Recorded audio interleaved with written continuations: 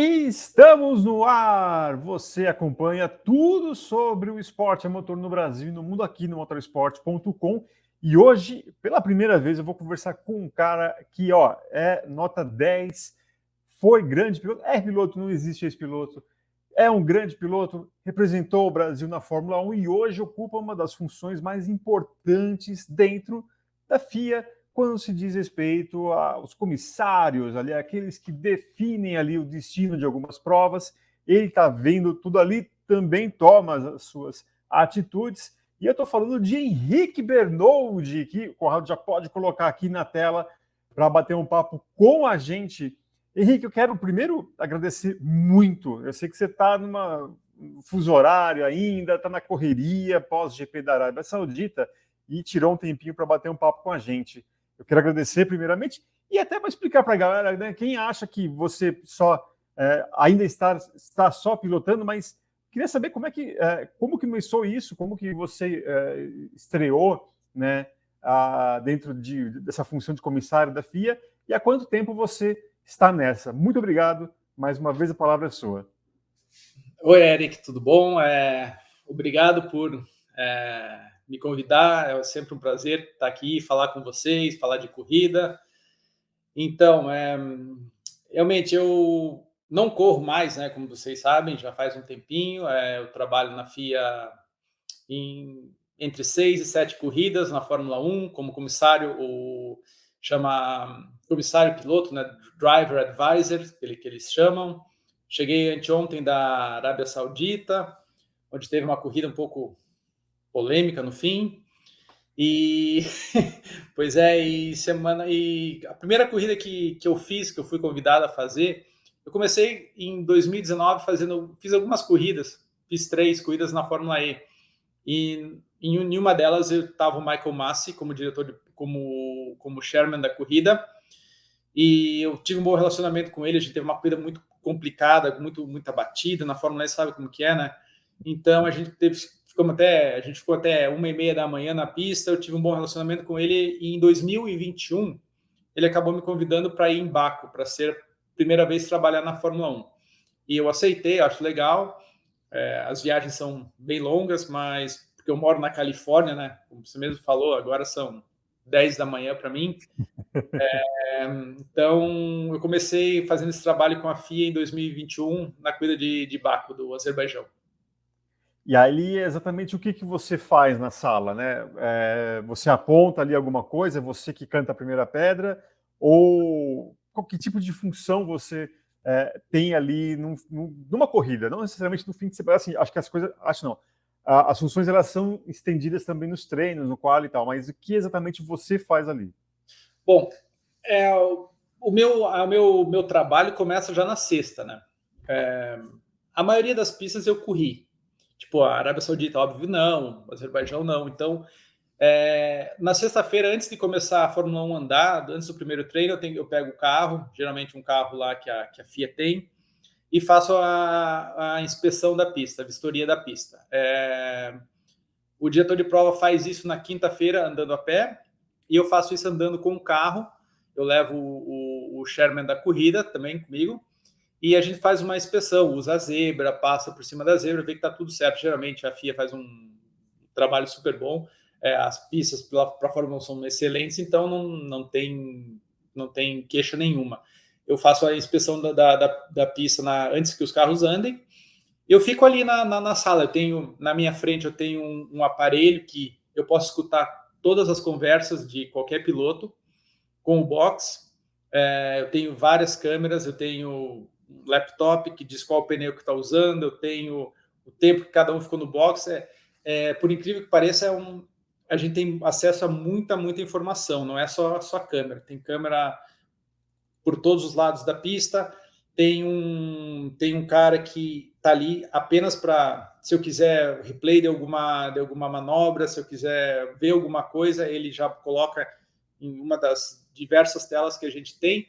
Então, a minha parte é mais a parte de guiada mesmo, sabe? Então, fica comigo o chairman da corrida, digamos, o instituto, que é a autoridade máxima ali da FIA, e tem o segundo steward, que são pessoas que conhecem bastante de corrida, mas nunca guiaram. Às vezes, só de olhar assim, já falo, ó, como quando o Max quebrou ali, acho que ele quebrou o semi-eixo ali, assim que o motor já fez, vum, vum, vum, eu falei, semi-eixo. O cara olhou para mim assim, tipo, como você sabe? Tipo, eu já guiei o carro, já tive esse problema, infelizmente. Então, é mais ou menos isso que eu faço. E se alguém joga um outro para fora, ou fecha, ou tem um acidente, ou corta, a responsabilidade é minha. Então eu tenho que ficar atento a isso, toque, a parte mais assim, digamos, nas disputas entre os pilotos, né? E foi recentemente implementado o chamado VAR da Fórmula 1, né? Como que é esse trabalho dentro de vocês ali na pista com o pessoal que comanda o VAR da Fórmula 1? Na verdade, o VAR no futebol, né? Lá na FIA a gente chama de Isso. ROC. Tem as pessoas que estão no ROC. Eles estão lá em Genebra, na Suíça. Eles têm acesso a várias câmeras e eles são pessoas que ficam o tempo inteiro olhando isso. Eles olham limite de pista, eles olham tipo qualquer infração no pit stop, eles olham a parte ali tipo de um carro bater no outro. Isso eles não se metem. Isso aí é mais comigo e com o cara da telemetria ali. Eu também tenho acesso à telemetria, porque às vezes o piloto fala, ele freou antes, por isso que eu bati, mas daí a gente consegue comparar a volta anterior, a gente consegue ver, tem acesso a tudo que o engenheiro do carro tem, eu tenho acesso para ver também, eu tenho acesso a todas as conversas, então realmente a FIA está melhorando bastante nisso, tem esse ROC, o VAR, né, do futebol, foi implementado esse ano, e imagina que as equipes também, eles têm um VAR, porque imagina que as equipes também são bem dedo duros, assim, tipo, às vezes se passa alguma coisa em branco, eles já mandam o rádio lá, o Max cortou a pista, ou às vezes coisas que passam batida. Então, eles também têm várias pessoas que fazem só isso, né? Geralmente a Fórmula é muito competitiva e no nível desse você pode imaginar quanta coisa, quanta informação que não tem rolando lá no meio. Perfeito.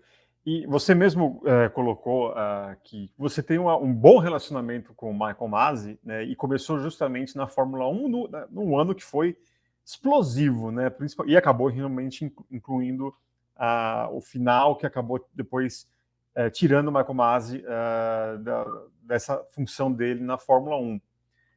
E aí, mesmo assim, né, você continua pelo seu bom trabalho, mas você continua frequentando a FIA durante os finais de semana de Fórmula 1. Mudou muita coisa? Assim, a gente sempre fala, que, poxa, pode mudar algumas coisas, mas algumas queixas contra a FIA durante o fim de semana de Fórmula 1 ainda permanecem. Mas internamente, teve alguma grande transformação, como foi alarmada, entre a saída do Masi, aí depois a ideia dos dois chefes, os comissários ali, chefe, e agora só com o Newswitch, você acha que mudou muita coisa?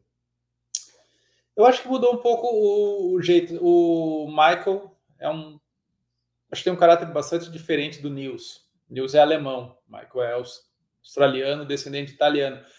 Eu gostava do Michael, eu também gosto do Nils. Eu acho que em relação mudou um pouco em relação ao caráter dos dois. Assim, acho que o Michael era um cara mais assim espontâneo. O Nils por ser alemão, é um cara mais. Só fazer desculpa te interromper, mas assim, só fazer um parênteses. O caráter, quando você fala, não é caráter, é personalidade. Personalidade, isso, personalidade. Pode dar margem de interpretação errada aqui. Não, sim, é verdade. Não, a personalidade deles são diferentes.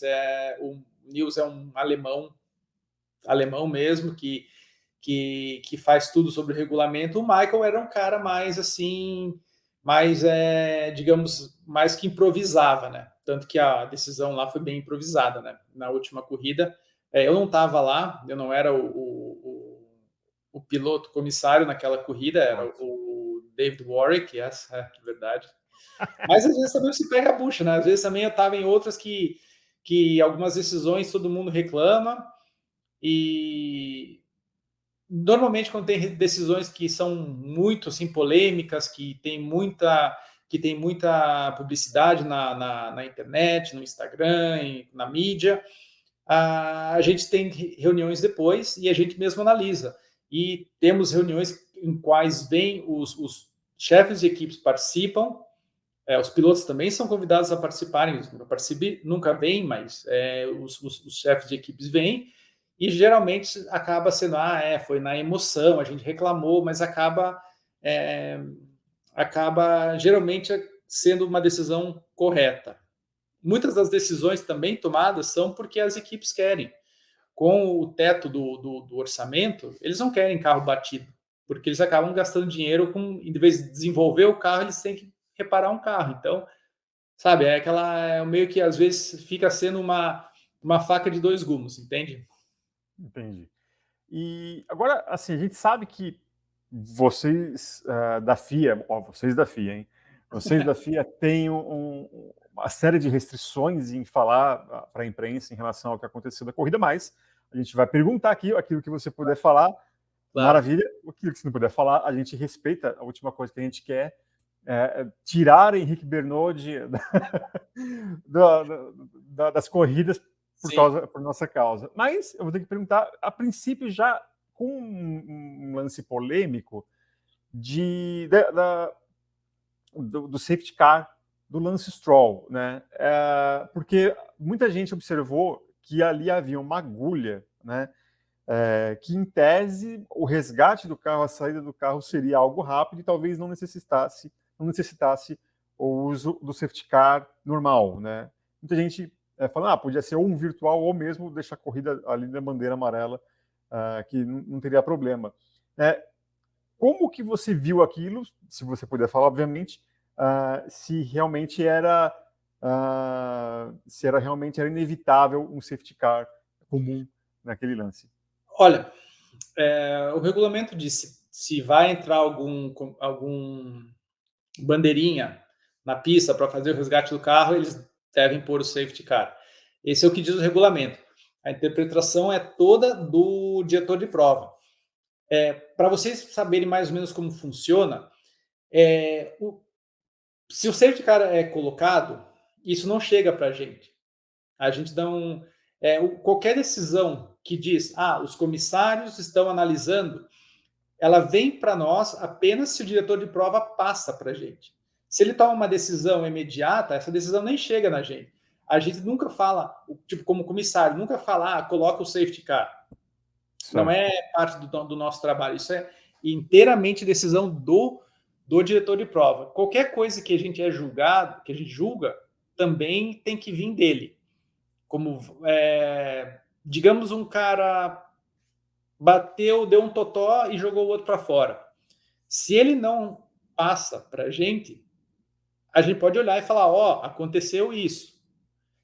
Você quer analisar? Se ele fala não, acho que não acontece nada. Se ele passa para nós, a gente tem que julgar. Muitas vezes ele fala, olha ali o incidente na curva 2. Eu falo, incidente de corrida. Não acontece nada. Então, a parte do safety car é uma coisa que nem chega para mim, não chega para os seus comissários, é uma coisa que é uma decisão do diretor de prova com o tal do VAR, que eles decidem entre eles, e geralmente é uma decisão muito rápida. Perfeito. E aí, no caso, por exemplo, você pode falar, se você, olhando ali, era caso de safety car ou foi... Putz, é difícil comentar uma decisão assim, né?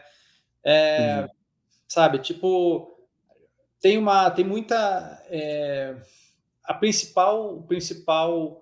O principal objetivo da FIA, do diretor de prova, é fazer uma corrida segura para pilotos, para engenheiros, como você vê, às vezes tipo, tem ali penalização por saída não segura do box, que a equipe manda o piloto sair, o cara corta o outro e, sabe, eles não querem carro se batendo, não querem carro como tem, tipo, a bandeira amarela dupla.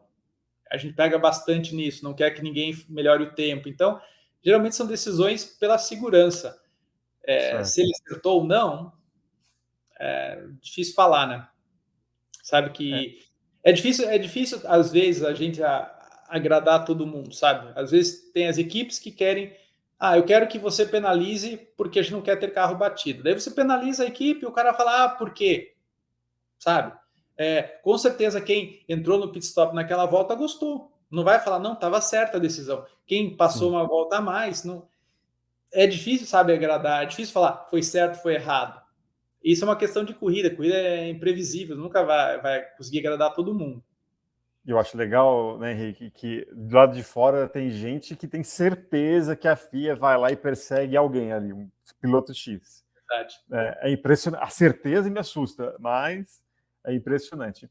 Agora também, obviamente, não vou poder deixar de passar, né, a questão da punição do Fernando Alonso. Né? A punição, depois aliás, a não punição, o pódio, depois a punição e depois a volta atrás. Dentro daquilo que você pode falar, novamente, reiterando, né, que lição que você tira disso, do que aconteceu nesse fim de semana? Né, basicamente, entende-se que as soluções ou as punições elas precisam ser mais ágeis, mais rápidas. Eu acho que a rapidez das. Geralmente, no meu caso, eu tento e falo ali, a decisão tem. A gente tem a decisão tem que ser um caso, digamos, antidesportivo, que é o que eu julgo. Eu dou a decisão na mesma volta, porque eu não quero que entre um safety car, o cara esteja na pista. Isso pode mudar o resultado final da corrida. Pode ter um resultado muito grande. Como a decisão que aconteceu ali, que foi no fim da corrida, foi uma repercussão imensa. Eu tento fazer as minhas decisões na mesma volta. Tento e sou concentrado bastante em fazer isso. A decisão ali do caso do Alonso, por exemplo, é uma decisão que eu fico bem coadjuvante, porque não é a parte não é a minha especialidade. Não envolve regulamento, envolve câmera, envolve o VAR, o ROC, o diretor de prova querer passar isso para a gente ou não. Então, eu estava presente em todo o processo, tudo que aconteceu, mas é uma decisão que eu tenho voz nenhuma. Eu olho e falo, tá bom, não tenho peso em uma decisão dessa, entendeu? Então, digamos se o Alonso tivesse jogado um cara para fora e eu não tivesse penalizado, você podia estar falando, Henrique, por que você fez isso? Puta, cagada, sabe? Mas ali realmente não foi, não é a parte que eu julgo. Acho que a FIA demonstrou, se errou ou não, demonstrou que também reconhece ou não reconhece erros. Então, acho que, sabe, a decisão que eles tomaram foi uma decisão que acho que a maioria acabou gostando. Como foi tomada, talvez não tenha sido do melhor jeito. O final dela acabou sendo feliz, mas todo o Mas, caminho ali foi mas foi tortuoso. um caminho complicado.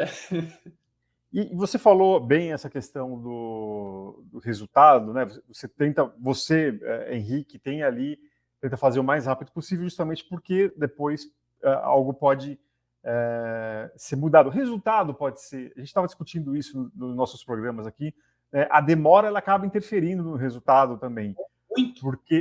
Porque, por exemplo, se o Alonso soubesse que ele poderia tomar 10 segundos, ele poderia ter ali acelerado, tal, da mesma forma que o Russell também poderia ter acelerado, porque ele sabe que ele poderia ter o pódio. Né? A discussão nisso é assim, até você ser piloto, eu não vou te chamar de ex-piloto porque eu me recuso a ouvir você correr e não quero te chamar de ex-piloto. Mas você, como tem a mentalidade de um piloto, já sofreu na mão da FIA ou CBA, enfim. Vocês discutem isso, ou discutiram isso, mas assim, nem que seja informalmente, né? Falar, precisa fazer isso, tal, não sei o quê, né? Até para evitar, porque a FIA, nesse caso, nesse fim de semana, ficou no alvo ali de todo mundo, né? Mas há discussão para tentar, quem sabe, não evitar esse tipo de situação? Sim, claro. Acredito que eu sou um cara, por ter corrido, por se bem que eu corri em outros tempos, outra geração. Como a gente corria naquela época, hoje em dia, os caras iam. Acho que todo piloto ia ser banido, porque era, era tipo o Oeste selvagem, né? Wild Wild West na minha época. Era fechada, era de tudo, sabe? A gente corria de um jeito diferente, assim. Então, eu gosto de deixar correr. Eu acho que eu aprecio um piloto arrojado. Eu gosto de um cara que vai para ultrapassagem. Eu corri assim. Eu não, sabe, eu não era um piloto de ficar ali esperando o cara quebrar. Eu joguei tanta corrida fora em categorias menores que por erros que talvez eu tivesse até mais títulos. Mas então eu acho que por ter corrido assim, eu gosto de deixar os pilotos correrem. A gente fala ali, geralmente o, o diretor de prova não tem contato com a gente porque ele fica lá na sala dele, ele fica chama lá na Mission Control, lá numa sala que tem mais tela ainda do que a nossa. Então o comissário ali, o chairman da corrida e o outro comissário, o nacional, e o segundo comissário, geralmente quando tem um aspecto mais de disputa, ele escuta, bem dizer, só quem fala na sala sou eu, porque eu vivi aquilo. Era isso que a FIA queria. Quando eu corria, não existia o comissário piloto. Então, para a gente chegar lá, você jogava o cara para fora, ou fechava, e falava, ou você podia fazer pressão, tipo, você falava, pô, como que você vai falar que eu não podia ter feito isso se você não sabe guiar? Mais ou menos assim, entendeu? Eu nunca falei isso, mas com certeza algum piloto já falou. Então, por isso que hoje em dia tem eu ali no papel, ou meus companheiros ali que vão em outras corridas nas que eu não vou, como é o Liuzzi, como é o Derek Warwick, com certeza pessoas experientes que já viveram todos esses tipos de situações. Agora, voltando, tipo, eu não gosto muito sabe, eu não sou aquele cara que vai sabe, não pode encostar. Eu acho que se não for com uma má intenção, eu deixo rolar, entendeu? Então é mais ou menos assim que a gente conversa ali dentro da Perfeito. FIA. Agora, você acha que para as próximas corridas haverá uma preocupação maior em relação ao momento da punição, em retentar fazer com que não se repita o que aconteceu na Arábia? Sim, eu acho que o ano passado, sim, isso é uma coisa que a gente sempre conversa, a gente sempre tenta fazer. Esse ano não foi reportado para nós, veio depois da corrida, realmente. Eu estava assistindo o pódio. Estava indo para assistir o pódio, vieram me chamar que eu tinha que voltar para a sala. Eu acabei ficando até as 2 da manhã na pista.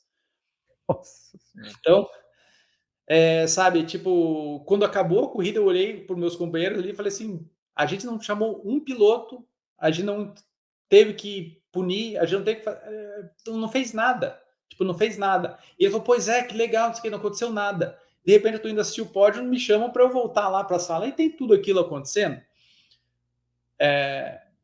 Infelizmente é uma parte que eu tinha que ficar olhando, concordando ou não concordando, eu não tinha muita voz ali. O ano passado também na Arábia Saudita teve uma punição com o Pérez, eu acho que era o Pérez e o Sainz, na saída do box ali, a câmera ficou meio ruim, e eles estavam discutindo, não, a gente precisa ver de novo, e eu falei, não, a decisão tem que sair já, porque senão vai relargar. Às vezes você dá uma volta atrás do cara, você perde o contato com o da frente e foi tua corrida, entendeu? Então, é uma coisa que a gente está tentando fazer e de ter a decisão pontual. Perfeito. E agora, assim, a gente sabe como é que funciona, né? O pessoal da FIA ali circula livremente junto ali com a galera do paddock, né? Esbarra com o chefe, esbarra com o piloto. Já aconteceu de alguém, né, estar ali andando ali despretensiosamente, algum piloto chegar e falar assim: pô, Henrique, você já foi piloto, né? Vocês podiam fazer isso, vocês podiam fazer aquilo, né? Ou algum chefe também. Vocês já meio que foram tirar satisfação contigo no meio do paddock ou não? Não, tirar satisfação não, porque sabe que é aquela coisa, né? Tipo, talvez eles tenham medo que eu fique com implicância do cara e vá penalizar o cara por qualquer coisa, sabe? Eu acho que isso eu não misturo as coisas, eu não levo para o lado pessoal. De já reclamarem, sim, já reclamaram. Já reclamaram. Tem certos pilotos que sempre vão reclamar, Tem certos pilotos que tem, como no briefing hoje em dia, é muito mais longo do que era na minha época. Na minha época, o briefing durava 10, 15 minutos, tu não ia embora. Eu já cheguei a ficar em briefings o ano passado que durou quase 2 horas. Sabe, é uma geração um pouco diferente, tem muito mais regra. Já não reclamaram, mas já comentaram sobre algumas decisões. E por isso que a gente tem sempre, periodicamente, uma conversa com o chefe de equipe, com pilotos. Os pilotos, eles podem reservar um horário. Digamos eu penalizei o Alonso. Ele, na próxima corrida, se eu estou lá, ele pode, ou se algum colega meu está lá, ele pode reservar um horário e vir falar com a gente. Por quê? Por que a penalização aconteceu? Pode vir discutir, pode pedir para ver o vídeo. Eles geralmente têm mais, às vezes tem até mais vídeo do que a gente. Às vezes eles trazem o vídeo, falam, não merecia isso, trazem a telemetria. Acredito que cada ponto vale bastante dinheiro na Fórmula 1. Então, quem pensa que o trabalho é fácil, não é, porque nada passa batido ali. Perfeito. E outra coisa, a gente voltou a falar agora há pouco sobre 2021. Você acha que, até pelo momento de redes sociais, por várias coisas, assim, depois de 2021, qualquer membro da FIA que vai fazer alguma coisa, que vai trabalhar em uma corrida da Fórmula 1, meio que se sente como trabalhando com uma arma apontada, como algo, se sente muito mais pressionado, né? Você acha que há muito mais pressão na FIA depois de Abu Dhabi 2021? Talvez sim, talvez meus companheiros lá. A minha posição, realmente, eu não sinto essa pressão, eu não acho que está pior. Eu acho que eu tenho bastante experiência e corri numa época que era, digamos, mais jogo aberto. Então, tendo tantas regras hoje em dia, eu acho que a minha situação a minha posição ali é fácil, entendeu? Não é fácil em termos, tipo, lógico que eu tenho que ter as decisões certas na hora certa, eu tenho que pensar rápido, mas é uma coisa que eu fiz minha vida inteira. Então, não é, sabe, não é difícil para mim olhar uma manobra e achar, pô, eu não sei o que fazer, o que eu tenho que fazer. Não, eu não sinto essa pressão porque meu trabalho foi uma coisa que eu fiz durante várias décadas, então não é difícil para mim. Talvez para o diretor de prova, com certeza, o diretor de prova está eu acho que realmente tem mais pressão. Veja que também em 2021 teve no final do campeonato como teve, depois teve mudança de presidente na FIA, então, sabe, tem uma renovação, tem coisa que tem gente que pode ficar, tem gente que pode ir embora. Então, acho que realmente os comissários, os diretores de prova, as pessoas que analisam os vídeos, eu acho que eles talvez tenham tido um pouco mais de pressão, sim. Já não posso falar por mim, porque meu trabalho é a mesma coisa, entendeu? Quanto mais regra colocarem, mais, bem dizer, fácil fica para mim, porque menos coisa é fácil de interpretar as manobras. Bacana. E para fechar nosso papo muito bacana, Henrique Bernoldi, que perfil de pilotos reclamam mais? Da sua época ali, anos 90, começo dos 2000, ou os atuais? Qual tem mais mimimi? Eu acho que os de hoje, eu acho que até por ter a mídia, até por ter as redes sociais, Instagram, eu acho que, sabe, que por ter o Netflix, o Drive to Survive, eu acho que os de hoje reclamam um pouco mais. Na minha época, eu te falei, eu nunca fiquei num briefing mais que 10, 15 minutos. E a gente corria bem mais, talvez de um jeito até mais agressivo, sabe? Porque a gente tinha menos regras. Não estou falando que eles não são eles são tão bons ou melhores do que na época que eu corria.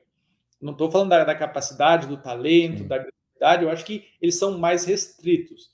Por serem mais restritos pelo regulamento, acaba abrindo uma janela maior para reclamações, entendeu? Eu acho que então acho que o desenvolvimento do esporte favorece isso, entendeu? Com certeza eles gostariam de ter menos, talvez até menos regras e de poder correr mais livre, entendeu? É aquela coisa, quando o Leclerc passa o Verstappen não vai gostar. E vice-versa. Você nunca vai agradar todo mundo. Perfeito. Olha só, quero agradecer demais você dedicar esse tempo com a gente aqui, Henrique Bernoldi. Eu repito, nunca vou falar ex-piloto, porque aí eu vou me sentir também mais velho, né? Vi você ali chegar à Fórmula 1, assistir, torcer e falar que é ex-piloto hoje, para mim, nós dois aqui nos mantemos jovens, mas eu quero agradecer demais o seu tempo com a gente, esclarecendo essas questões aí para a gente. Foi um papo muito elucidativo. E vamos continuar te enchendo a paciência aí para tirar as dúvidas nas próximas vezes. Obrigado. Legal, sim. Sempre que precisar, estou aqui. Sempre legal estar conversando com vocês. E, bom, na Austrália eu estou lá de novo, então... Ótimo. Então, Legal. se acontecer alguma coisa polêmica, não maltratem muito eu, por favor. Não, fica tranquilo. A gente sabe que da sua capacidade, daquilo que você, o bom senso, né?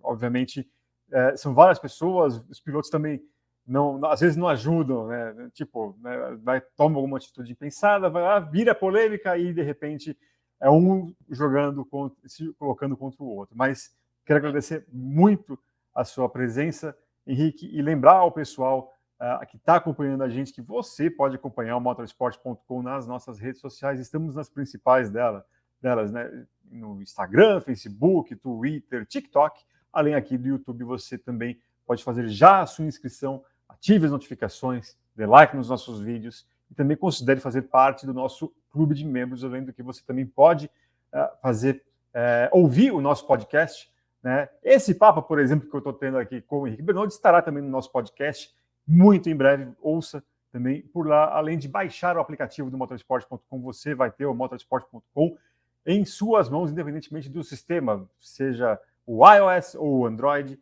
Então você não tem desculpa. Henrique Bernoldi, muito obrigado. Até a próxima. Obrigado, um abraço. Até a próxima. Um abraço, galera. Até a próxima. Tchau, tchau.